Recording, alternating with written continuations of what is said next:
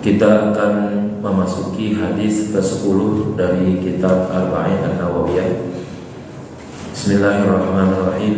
An Abi Hurairah radhiyallahu anhu qala Rasulullah sallallahu alaihi wasallam. Dari Abu Hurairah, semoga Allah meridainya. Nama Abu Hurairah adalah Abdurrahman bin Sakhar namanya. Beliau berkata, qala Rasulullah sallallahu alaihi wasallam, Rasulullah bersabda, innallaha ta'ala thayyibun la yaqbalu illa thayyiban.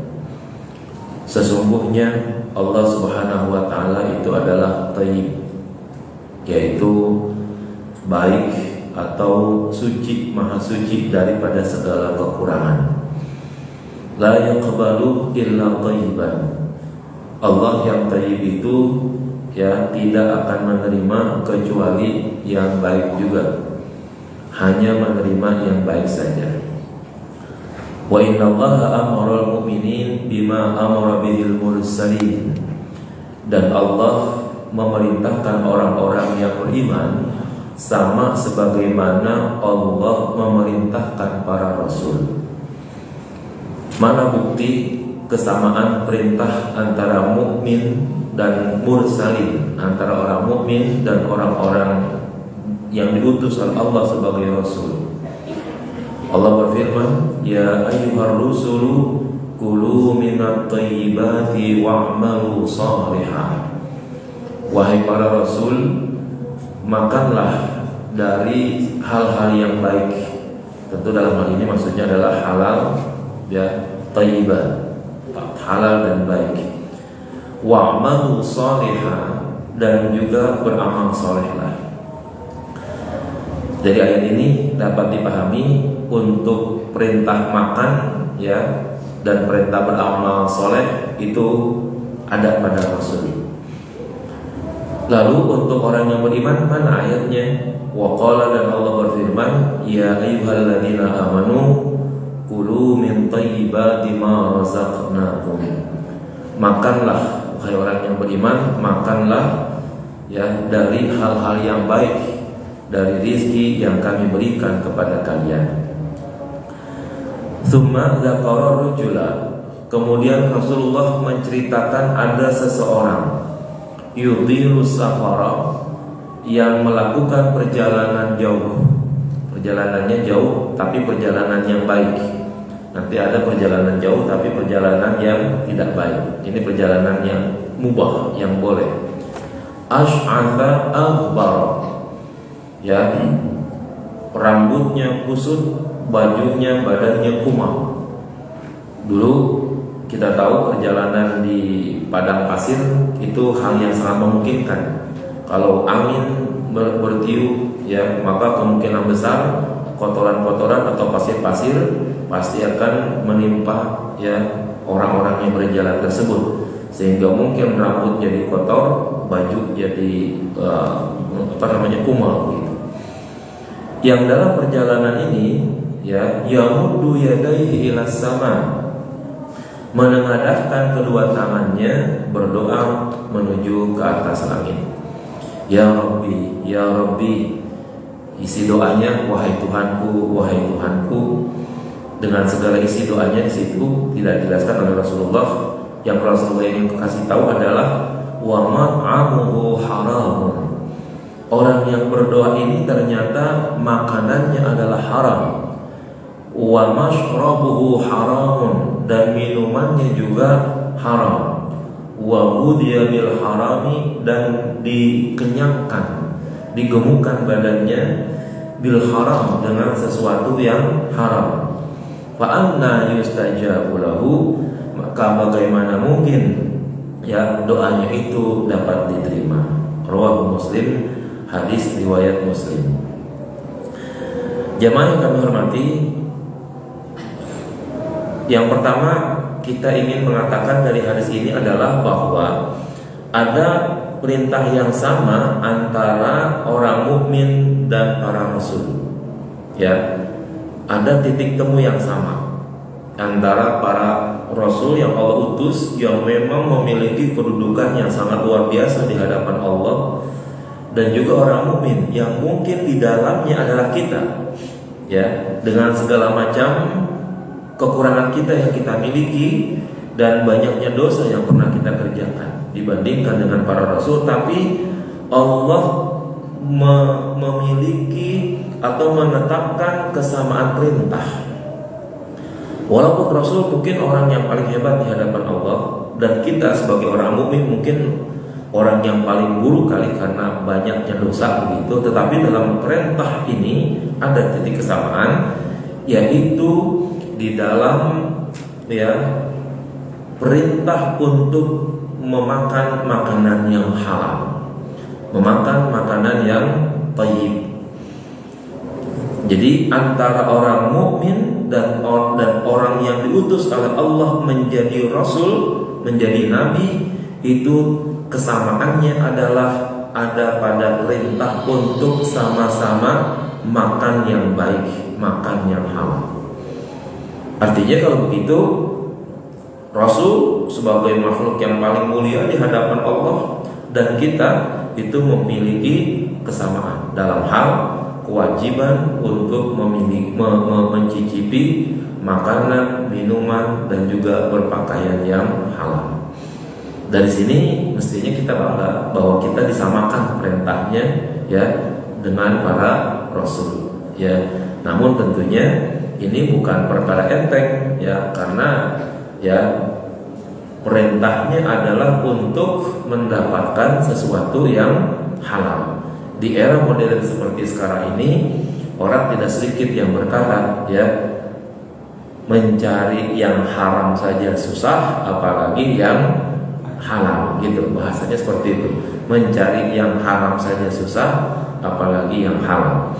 Nah, namun sebagai orang yang beriman, ya, kita tidak boleh, ya, bergeming dari perintah Allah dan harus bertahan dengan sekuat tenaga untuk bisa memperoleh, ya, makanan yang halal dan yang thayyib, karena ini merupakan satu, ya, perintah di mana perintah tersebut, ya, disamakan antara kita sebagai orang mukmin yang mungkin manusia biasa dengan para rasul yang memiliki kedudukan terhormat di sisi Allah Subhanahu wa taala. Itu yang pertama hadis ini. Yang kedua, ada fungsi besar dari makanan halal. Kalau di sini ingin dijelaskan tentang makanan haram, kita ambil pemahaman yang terbaliknya. Dijelaskan dalam hadis ini bahwa orang yang makannya makanan dari yang haram, minumnya dari minum yang haram, berpakaian dari berpakaian yang haram, itu dikatakan doanya tidak diterima oleh Allah. Pemahamannya kita balik bahwa kalau tadi kita disuruh memakan makanan yang baik, tentu makanan yang halal, maka makanan yang halal adalah satu di antara sebab yang memungkinkan doa diterima di sisi Allah Subhanahu wa taala. Nah, mungkin kalau kita ingin bertanya, ya, doa kita mungkin banyak yang kita ajukan kepada Allah. Mungkin setiap hari kita berdoa, ya, pagi mungkin di waktu sholat duha, siang atau setiap saat kita melaksanakan sholat wajib, malam mungkin di waktu kita bertahajud. Nah, coba kita tanya kembali, doa yang mana yang sudah diterima oleh Allah? Kalau seandainya, ya, kalau seandainya tidak ada doa-doa yang diterima di sisi Allah begitu dari kita yang kita ajukan, maka bolehlah kita cek kembali, ya, masing-masing saja, tidak perlu diungkapkan di sini, mungkin begitu, ya kan? Masing-masing ngecek kembali, ya, makanan, minuman, dan pakaian yang ada pada diri kita itu bersumber dari yang halal atau dari yang haram, ya. Kalau seandainya, ya, doa-doa kita tidak diterima, ya, sangat memungkinkan itu pengaruh dari sana, ya, adanya makanan yang haram, minuman yang haram, berpakaian dengan pakaian yang haram, ya, badan kita mungkin berkembang tumbuh dari barang yang haram, sangat memungkinkan itu akan menjadi sebab ditolaknya doa kita di sisi Allah Subhanahu wa taala. Kalau kita sedikit beralih kepada proses makan yang ada pada tubuh kita, para bapak sekalian, itu kalau kita baca di dalam berbagai macam literatur begitu, makanan yang kita makan ya lalu diolah ya, itu nanti pada bagian akhir ya kira-kira begitu akan menjadi darah. Nah, darah ini akan mengalir ke seluruh tubuh kita. Ya. Setiap kali satu proses makanan diciptakan untuk menjadi darah pada tubuh kita, maka darah tersebut akan berfungsi mengalir ke tubuh kita itu kurang lebih 120 hari. Ya, 120 hari. Kalau hari ini kita makan misalnya hari Kamis, ya, maka semua makanan itu dikelola di dalam tubuh kita, lalu kemudian diolah oleh darah atau menjadi darah, terus mengalir ke tubuh kita, dan alirannya itu akan terus sampai 120 hari. Yang hari ini nih, ya, yang hari ini ke 120 hari kemudian. Setelah 120 hari, maka yang hari ini itu 120 hari pasti habis. Tapi kan besok kita makan lagi, ya. Maka untuk yang besok ada lagi 120 hari berikutnya. Permasalahannya, darah kita yang hari ini, yang kemarin, dan yang akan datang besok itu terus mungkin akan bercampur dengan darah yang sudah ada.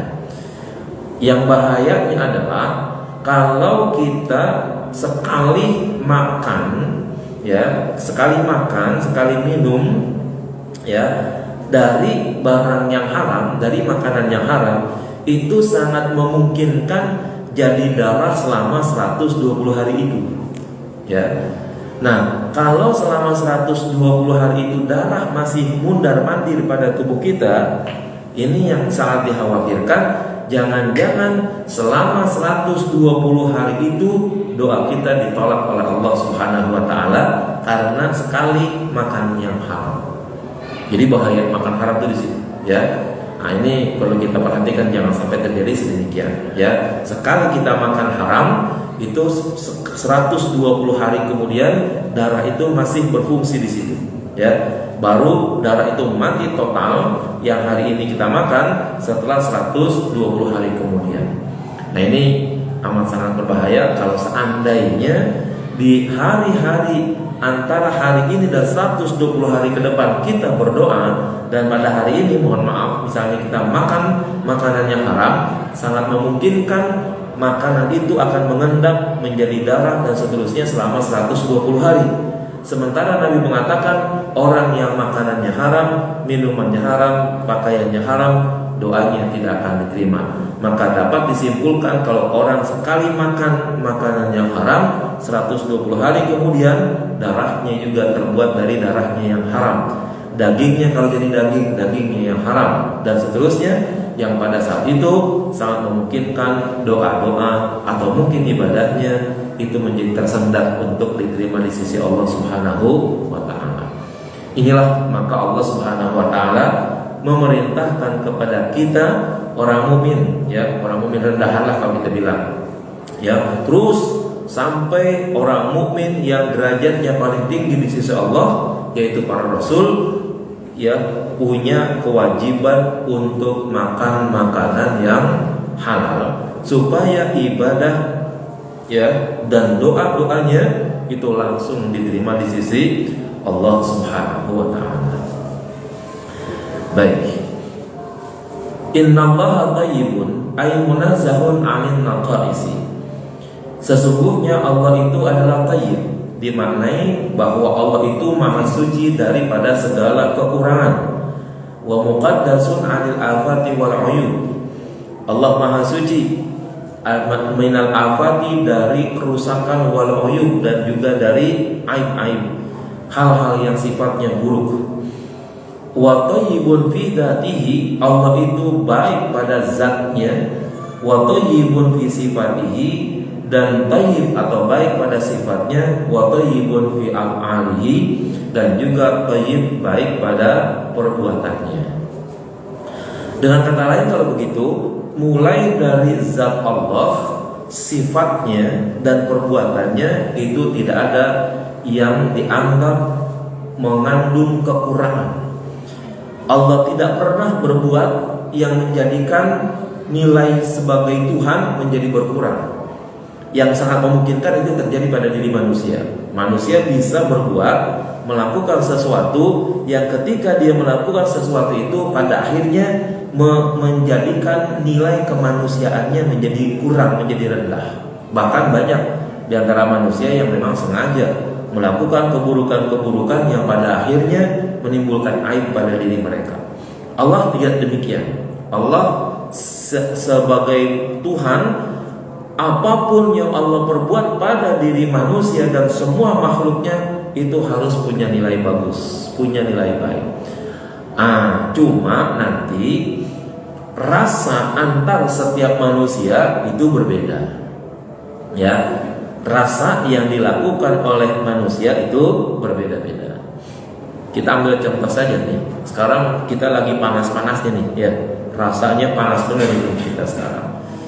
Di satu sisi, ya, orang banyak yang merasa tidak nyaman dengan rasa panas yang sekarang ini nih, ya. Tetapi berita-berita yang kita dengar di televisi bahwa saat ini produk tembakau lagi naik-naiknya harganya, karena ya panasnya sangat full untuk menjemur tembakau dengan dengan panas matahari yang cukup sekarang ini, ya. Tembakau itu katanya beberapa bulan yang lalu itu masih rendah harganya, tapi pas akhir-akhir ini dengan panas matahari yang cukup panas seperti sekarang ini, tembakau menjadi berharga lain katanya, ya, naik. Beberapa berita juga disampaikan para penangkap ikan tuh dikali-kali begitu katanya, ya. Kalau lagi musim hujan mereka sulit untuk menangkap ikan katanya, ya. Tapi anehnya di musim panas seperti sekarang ini, ikan itu katanya lebih mudah dan lebih banyak tangkapannya, sehingga bagi mereka para penangkap ikan itu di musim panas seperti sekarang ini jauh lebih banyak menguntungkan. Pada sisi lain, ya, orang mungkin merasa tidak nyaman dengan panas yang seperti sekarang ini, tetapi di sisi lain orang banyak yang merasa beruntung dengan banyaknya atau panasnya terik matahari seperti sekarang ini. Tidak lupa para produsen garam yang langsung ngambil dari laut, ya, dengan panas yang seperti sekarang ini mereka jauh lebih cepat untuk mendapatkan hasil proses garam karena panasnya sangat tinggi, sehingga proses, ya, pengeringan air laut itu juga semakin cepat. Nah, dengan demikian, jadi yang ada pada diri manusia itulah yang menjadi perbedaan, ya. Satu sisi yang merasa susah dengan panasnya matahari, misalnya di daerah tertentu yang terjadi kekeringan, tapi di daerah-daerah tertentu, ya, seperti produsen tembakau, produsen garam dan lain-lain sebagainya yang memang bekerja dengan matahari, pada saat-saat seperti ini itu mereka mendapatkan keuntungan yang sangat luar biasa sekali. Dengan kata lain, apapun yang Allah perbuat, ya, itu ada nilai bagusnya pada semua makhluknya, begitu, ya. Tidak ada buruknya yang Allah kerjakan. Kalau kita kembalikan kepada individu kita masing-masing misalnya, ya, apakah penyakit yang Allah turunkan pada kita atau musibah yang Allah turunkan pada kita itu hanya bernilai buruk sakitnya itu saja pada diri kita? Tidak, ya. Perbuatan Allah, af'alnya itu thayyib, di mana Allah menjadikan kita sakit, ya. Allah akan, yang pertama, manfaat sakit itu Allah akan janjikan siapapun yang Allah timpakan sakit kepadanya, Allah akan berikan maghfirah secara gratis. Allah ampuni dosa-dosa yang terkait dengan perbuatannya kepada Allah, Allah hapuskan dosanya tanpa orang tersebut memohon ampun kepada Allah, ya. Kalau kita lagi biasa-biasa aja, lagi sehat begini nih, andaikan kita ingin minta ampun kepada Allah, kita harus beristighfar ya atas dosa-dosa yang kita kerjakan. Kalau nggak istighfar, nggak taubat, Allah nggak ampunin ya. Tapi kalau orang dikasih sakit, maka otomatis Allah kasih ampunan, Allah cabut, Allah hapus dosa-dosanya sepanjang dia sakit ya. Tuh, satu dari sisi rohaninya. Dari sisi lain ya, memang pada diri kita mungkin ada sakit ya, tapi pada sisi orang lain itu mungkin akan mendapatkan nilai untung lagi. Paling tidak ya, dokter misalnya dia bisa mendapatkan rizkinya melalui adanya orang-orang yang sakit. Coba kita nggak usah jauh-jauh, sejakarta aja misalnya, jika dalam 1 tahun gitu misalnya, kira-kira tuh tidak ada orang yang sakit, itu berapa puluh rumah sakit kosong orang, dan itu berapa ribu dokter, perawat ya, dan pekerja-pekerja yang ada di rumah sakit, apoteker, produsen obat dan lain sebagainya, bisa jadi nganggur tuh semuanya ya. Oh, ternyata kalau begitu Allah menurunkan penyakit pada sebagian orang, ternyata memberikan keuntungan pada banyak orang yang lainnya. Nah, inilah ya disebut bahwa Allah itu adalah Thayyib. Dikatakan la yaqbalu illa thayyiban, Allah hanya menerima yang baik ya. Maksudnya apa kalau begitu? La yaqbalu, innahu la yaqbalu minal a'mal illa ma kana khalisan minal mufsidat ya. Allah hanya menerima amal-amal ibadah yang murni dari hal-hal yang merusak ibadah itu sendiri. Karya misalnya seperti riya, wal ujub, dan bangga ya. Ini dua sifat yang ada pada diri manusia tapi menjadi perusak ibadah ya. Nanti pada hadis-hadis tertentu akan kita pelajari lebih mendalam tentang riya, tapi sebagai informasi awal saja bahwa riya itu kira-kira gampangnya orang ingin mendapatkan penilaian dari ibadahnya dari makhluk ya, ingin mendapat penilaian dari makhluk, bukan dari Allah Subhanahu wa ta'ala. Padahal penilaian dari makhluk, sehebat-hebatnya makhluk menilai ya terhadap ibadah yang kita kerjakan, itu tidak memiliki efek apapun ya pada ibadah yang kita kerjakan. Kalau Allah yang menilai, Allah akan memberikan jaza namanya. Allah memberikan thawab yang kita sebut dalam bahasa kita sebagai pahala. Itu ada tuh pada diri kita, dan ada catatannya ya pada 2 malaikat pencatat yang ada dan setiap saat mengikuti kita. Allah akan berikan. Kita sholat, apabila kita ikhlas melaksanakannya, kita hanya minta supaya Allah saja yang menilainya, ada catatan ibadahnya, dan nanti akan ada pahala hasil yang kita peroleh. Hampir mendekati kesamaan apabila kita bekerja di tempat kita bekerja ya, selama sebulan kita bekerja, nanti kita dapat gaji ya, dapat penghasilan. Tapi karena ini pahala, nggak bisa diambil per bulan, per tahun, tapi harus diambil nanti di akhirat ya. Mau nggak mau kita harus nunggu sampai waktu dimana kita nanti berada di akhirat tersebut, baru kita bisa memperolehnya. Sebenarnya sih hampir sama saja, cuma waktunya saja yang lebih panjang dibandingkan dengan kalau kita bekerja di dunia ya. Di saat-saat kita bekerja per bulan kita dapat upah misalnya ya, dan sebagainya. Nanti seperti itu. Sekarang kalau andainya kita bandingkan ya, ada tempat kita berusaha, ada tempat kita bekerja, di situ kita bekerja sungguh-sungguh ya, dan yang patut menilai pekerjaan kita adalah perusahaan di mana kita bekerja, kantor di mana kita bekerja, apa hasil pekerjaan kita dan sebagainya. Setelah 1 bulan kita bekerja, kantor merasa ya, tempat kita bekerja tersebut merasa diuntungkan dengan pekerjaan yang kita kerjakan, maka kantor layak untuk memberikan gaji kepada kita ya, pantas begitu. Kerja kita bagus ya, atau pekerjaan kita itu baik dan sebagainya, hasil pekerjaan kita baik, kantor bisa jadi bukan saja memberikan gaji tapi juga bisa memberikan bonus misalnya, ya. Kalau seandainya di dalam proses kita bekerja di satu tempat, di satu kantor yang kita berada di situ, kita ingin mendapatkan penilaian bukan dari kantor yang tempat kita bekerja, dari orang lain saja misalnya, bahwa kita senang dipuji dan dinilai oleh orang lain selain tempat kita bekerja, itu akan menjadi rugi. Karena orang yang sekedar memuji-muji pekerjaan kita hanya sekedar ngasih pujian saja, ya, tidak lebih daripada itu. Dia tidak akan memberikan gaji sedikit pun kalau kita meminta pujian dari dia. Yang ngasih gaji adalah kantor kita, bukan orang yang muji-muji kita tadi.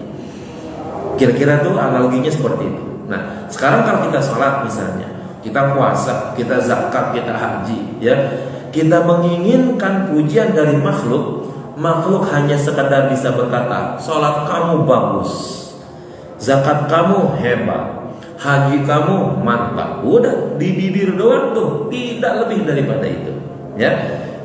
Sesungguhnya yang punya hak untuk menggaji kita, membayar kita, ya, di dalam hal proses kita beribadah itu hanya Allah saja. Tapi kalau seandainya kita sangat membutuhkan pujian-pujian dari makhluk, pada akhirnya Allah merasa tidak nyaman untuk memberikan gaji kepada kita atau memberikan pahala kepada kita, karena kita merasa lebih butuh mendapatkan pujian dari makhluk dibandingkan mendapatkan bayaran dari Allah Subhanahu wa ta'ala. Maka Allah tidak senang dengan orang-orang yang di dalam ibadahnya terkandung adanya riya. Seharusnya Allah yang ngasih bayaran, kira-kira begitu. Ternyata kita minta pujian dari orang lain, ya. Nah, sementara orang lain yang memuji kita tidak bisa membayar dengan apapun, hanya sekedar lipstick saja, tidak lebih daripada itu. Maka akan menjadi rugi apabila kita menjalankan ibadah tetapi di dalamnya kita mengandung riya daripada ibadah tersebut. Bagaimana dengan ujub? Ya, ujub itu bahasa kitanya itu adalah bangga bisa beribadah. Ya, kenapa kita tidak boleh berbangga-bangga dengan ibadah kita? Karena pada dasarnya, kemampuan untuk melakukan beribadah ini juga tidak ada lain adalah atas bimbingan dari Allah Subhanahu wa ta'ala. Semua manusia itu Allah ciptakan punya potensi dan punya kemampuan untuk beribadah.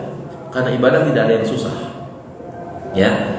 Ibadah yang umum itu nggak ada yang susah. Sholat, ya, siapa yang tidak bisa sholat? Dalam gerakan-gerakannya sajalah gitu misalnya, ya.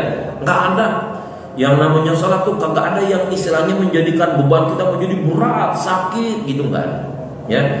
Sehingga bahkan puasa pun, ya, yang harus menahan haus dan lapar dari pagi sampai terbenam matahari, apabila kita perhatikan anak-anak SD yang mungkin berusia di kelas 3 dan kelas 4 itu misalnya, itu mereka sudah mampu untuk melaksanakan puasa, ya. Anak saya udah mulai dari kelas 2 SD itu udah dilatih, saya latih begitu untuk bertahan supaya puasa dari pagi sampai maghrib. Bisa, alhamdulillah. Kan kalau begitu namanya ibadah itu berat, puasa itu berat, tapi anak kecil aja mampu. Oh, orang dewasa seharusnya bisa kalau begitu. Kalau gitu secara normal, secara umum ibadah itu sebenarnya nggak ada yang berat. Permasalahannya beratnya adalah di mana? Ada satu sisi yang kita tidak bisa kontrol, yaitu adanya bimbingan atau hidayah dari Allah Subhanahu wa ta'ala yang memberikan kemampuan kita untuk beribadah dibandingkan dengan makhluk atau manusia yang lainnya yang sebenarnya juga punya potensi ibadah tapi tidak mendapatkan bimbingan dari Allah untuk beribadah. Itu yang jadi masalah. Semua manusia ini diciptakan oleh Allah, siapapun khususlah misalnya untuk orang beriman, itu semuanya bisa berpuasa. Orang Islam khusus itu bisa berpuasa. Orang Islam seluruhnya seharusnya gampang untuk melaksanakan sholat. Tetapi faktanya tidak semua orang Islam dan orang beriman bisa melaksanakan sholat atau bisa melaksanakan puasa. Nah, ada sisi apa kalau begitu? Oh, kalau begitu ada kekuatan tangan Tuhan yang mengatur, yang membimbing bagi orang yang beribadah sehingga akhirnya bisa melaksanakan dan merealisasikan ibadahnya. Nah, kalau seandainya ibadah itu ternyata adalah hasil bimbingan dari Allah, maka tidak patut bagi hamba untuk membangga-banggakan ibadahnya, begitu. Kenapa? Ya, pada dasarnya semuanya bisa ibadah, tapi mungkin tidak semuanya bisa melaksanakannya disebabkan karena tidak adanya bimbingan dari Allah. Yang ada dan dapat bimbingan dari Allah sudah sepatutnya tidak bisa berbangga-bangga karena kemampuan beribadahnya itu sendiri dibimbing oleh Allah. Ya. Bahkan kalau kita belajar sufi, tasawuf lebih mendalam tuh katanya, kemampuan kita itu kalau Allah udah cabut, jangankan beribadah, nih mengangkat jari, terus mengangkat tangan, kalau Allah udah cabut kekuatan itu, hilang semuanya. Bagaimana kita buktikan? Coba lihat saudara-saudara kita yang mungkin terkena penyakit stroke, lumpuh dan lain sebagainya, ya, itu udah nggak mampu untuk mengangkat, jangankan badannya, tangannya saja sudah tidak mampu diangkat. Ini suatu pertanda kalau kita masih bisa takbir, masih bisa sujud, masih bisa rukuk dan lain sebagainya, itu semuanya pasti adalah atas anugerah dari Allah Subhanahu wa taala. Maka enggak pantas, ya, enggak pantas kalau kemampuan kita beramal soleh, kalau kemampuan beribadah kita dibimbing dan dianugerahkan oleh Allah untuk kita bangga-banggakan, gitu, ya, untuk kita bangga-banggakan. Kenapa? Karena semuanya juga adalah atas pemberian dari Allah Subhanahu wa taala. Maka enggak pantas kalau kita berujung bahwa kita bisa melaksanakan ibadah, kita bisa baca Al-Quran, kita bisa pergi haji dan lain sebagainya untuk kemudian kita bangga-banggakan di hadapan makhluk yang lainnya. Karena kemampuan kita bisa beribadah itu semuanya adalah atas bimbingan dari Allah Subhanahu wa taala. Kenapa? Loh, orang atas bimbingan Allah kok kita bangga-banggain? Kalau seandainya Allah nggak membimbing kita nggak mampu untuk beribadah. Buktinya mana? Banyak tuh, ya, orang-orang yang tidak bisa beribadah. Bukan karena mereka nggak mau, ya. Kalau ditanya bisa nggak mereka melaksanakan sholat, bisa. Bisa nggak mereka melaksanakan puasa, bisa, ya. Tapi anehnya mereka tidak mampu melaksanakannya. Bukan semata-mata jiwanya yang tidak mau, yang jangan-jangan ada kekuatan Allah yang tidak membimbingnya sehingga pada akhirnya mereka tidak bisa beribadah. Nah, di sini nih, ya. Maka kita tidak pantas untuk ujub ketika kita mampu untuk melaksanakan ibadah. Kita nggak boleh untuk mencela orang lain yang belum bisa sholat, kali misalnya begitu, yang belum bisa melaksanakan sholat, kita merasa kita lebih hebat daripada mereka, bahwa kita bisa melaksanakan sholat dengan baik dan lain sebagainya. Nggak boleh yang sedemikian itu, ya, karena itu sangat berbahaya yang sedemikian tadi. Wala minal amwali illa ma kana halalan, ya, dan Allah tidak mau menerima dari ibadah yang bentuknya dari ibadah harta begitu, kecuali yang harta itu diperoleh dari jalan yang halal. Ya, dari harta kan kemungkinan besarnya kita akan makan, kita akan minum, kita akan berpakaian. Kalau kita pergunakan untuk ibadah, kita bisa berinfak, kita bisa bersedekah, kita bisa berzakat. Di atas itu lagi mungkin kita bisa menggunakannya untuk umroh, untuk ibadah haji, itu misalnya begitu. Ya kan itu dari harta. Kalau makan, minum, berpakaian kita ambil dari yang haram, Allah enggak suka, Allah enggak terima. Terus sedekah kita, infak kita, zakat kita, umroh kita yang kita biayai dengan harta tadi dan haji kita yang juga kita biayai dengan harta tadi, andaikan sumber pendapatannya dari yang haram, ya itu pun Allah tidak menyukainya. Bahkan bisa jadi ibadah-ibadah yang bersumber dari barang yang haram tersebut, ya itu tidak akan berhasil dan tidak akan diterima di sisi Allah Subhanahu wa taala sama sekali. Ada orang berzakat, tapi zakatnya diambil dari uang yang haram.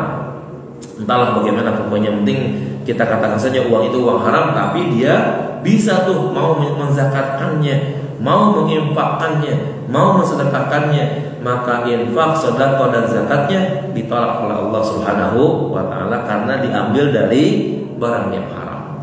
Demikian ketika orang tersebut mungkin ya dengan hartanya dia bisa membiayai untuk umrah, untuk dirinya, istrinya, bahkan anak-anaknya, bahkan karib kerabatnya bisa dibayarin tuh oleh mereka tadi. Ya, akhirnya berangkatlah bersama-sama, tapi hasil dari barang haram, hasil dari perolehan yang haram, maka umrohnya atau mungkin hajinya tidak diterima di sisi Allah Subhanahu wa taala. Ketika dia mulai tawaf misalnya menyebut labbaik Allahumma labbaik labbaik la syarika lak labbaik, ditolak oleh Allah, la labbaik wa la sa'daik, la labbaik wa la sa'daik, ya. Nah, itu kalau kita beribadah dengan menggunakan modal yang ada penggunaan harta di dalamnya, tetapi harta itu bersumber dari yang haram, maka wajib ya bersumber dari yang halal. Li'anna lafza tayyibun, li'anna lafza tayyib yatadammanul madha wat tashrif. Ya, karena kata tayyib itu mengandung di dalamnya al-madha, pujian, wa tashrif, kemuliaan. Fala yutaqarrabu ilaihi subhanahu wa ta'ala illa bima yunasibuhu fi dalikal makna. Maka Allah tidak bisa didekatkan, Allah tidak bisa disembah, Allah tidak bisa dijadikan sebagai objek ibadah kecuali juga dengan yang munasabah, yang sesuai dengan makna yang sama. Artinya kalau Allahnya thayyib, maka ibadah dari makhluk juga harus thayyib juga gitu. Ya, harus baik juga. Allahnya sudah baik, maka dari makhluk pun harus ya baik juga. Ya, baik dari hatinya, baik dari sumber makanannya, pakaiannya dan lain sebagainya. Allah tidak menyukai kalau Allah yang dirinya baik tapi disembah, didekatkan dirinya, taqarrub kepadanya dengan jalan yang tidak baik, dengan jalan yang buruk misalnya. Apa saja? Wa huwal ikhlasu fil a'mal wa khiyaril amwal, yaitu adanya ikhlas di dalam beramal dan adanya harta yang terpilih, yaitu harta yang halal. Kalau dengan demikian, maka ibadah yang bisa mendekatkan diri kita kepada Allah adalah ibadah yang thayyib. Ya, karena Allahnya adalah thayyib. Ibadah yang thayyib yang bagaimana? Oh, tadi tuh yang ibadah yang sunyi, yang lulus, yang bersih dari ikhlas dan ujub misalnya. Ya. Untuk ibadah yang menggunakan harta, ya, mulai dari pakaiannya, makanannya, minumannya, bayarannya untuk ibadah kalau diperlukan bayaran seperti haji dan umrah, atau ada harus pengeluaran seperti zakat, sedekah, infak, itu juga Allah tidak suka dibayar dengan yang seperti itu kalau seandainya diambil dari barang yang haram. Kama qala ta'ala, sebagaimana Allah berfirman, "Faman kana yarju liqa'a rabbih falyamal 'amalan shalihan." Siapa saja yang berharap bisa bertemu dengan Tuhannya, hendaknya ia beramal dengan amal yang saleh, amal yang tulus, yang ikhlas, yang murni daripada riya dan ujub. Dan Allah berfirman, "Wa la tayammamul khabitha minhu tunfiqun." Jangan kalian campur di dalam proses berinfak tersebut dengan barang-barang yang khabith, dengan barang-barang yang kotor atau barang-barang